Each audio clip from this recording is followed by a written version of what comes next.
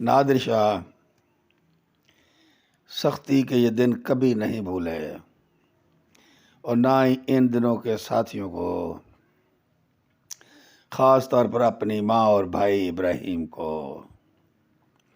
ان پر ایسے دن بھی آئے جب وہ جنگل سے لکڑی چن کر اونٹوں اور کھچروں پر شہر لے جا کر بیچتے تھے اور یہی ان کی آمدن کا ذریعہ تھا۔ ایکسوردی بتاتے ہیں کہ بادشاہ بننے کے بعد اپنے لکڑی چننے کے ان دنوں کے ایک ساتھی کو نوازتے ہوئے انہوں نے اسے کہا کہ مغرور مت ہو جانا، اس کھچر کو اور لکڑیاں چننا یاد رکھنا۔ اگر اپنے والد کی وفات سے پہلے اس کا بچپن خوشگوار اور دوسرے بچوں پر روب ڈھالتے گزرا تو والد کی موت کے بعد